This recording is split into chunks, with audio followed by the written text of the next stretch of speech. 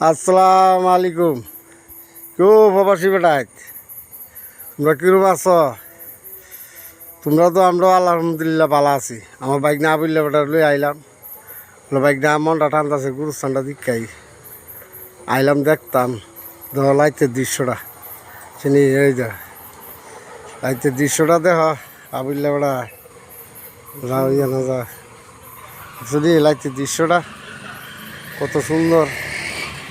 ওই তো গাড়ি ঘুরে যাইতেছে দিনের মতন দিনের মতন। আলহামদুলিল্লাহ তোমরা এত কাজটা করলাম, গ্রামও দিছে তোমরাও দিছ, আর বাহির দিন কাজটা নি কর্তারি তোমরা দিয়া বুঝিনি। আবুল্লা বেড়া কইতেছে মামা আয় গুরুস্থানটা দীক্ষাই।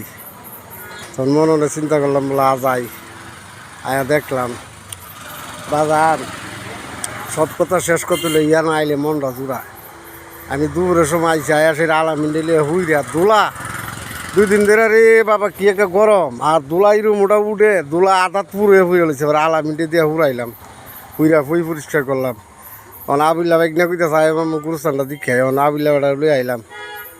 হ্যাঁ, ভিউটা তো লাইট খেলা কত সুন্দর দেখছি নি আল্লাহর বলে। ভিউটা কত সুন্দর দেখ, এই দেখ ফুল গাছটি চিনি, এই দে আল্লাহ দিলে ফুল গাছটি কত সুন্দর। ওই দা দেখছো নি? হ্যাঁ, গাইলাটি বড় না গুরুস্থানটা খুব সুন্দর হয়েছে।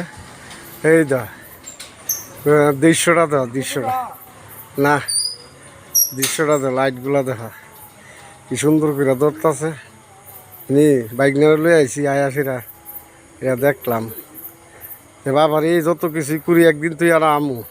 আমরা তো বেড়া বই করে না, লাইতে 2টার সময় গুরুস্থান আইতে আমরা এখন থাকতে বই করে না। তোমরা কিরম আছো সবাই জানায় গ্রুপের ভিতরে। ফেলাইকা দিয়ে আসসালামু আলাইকুম।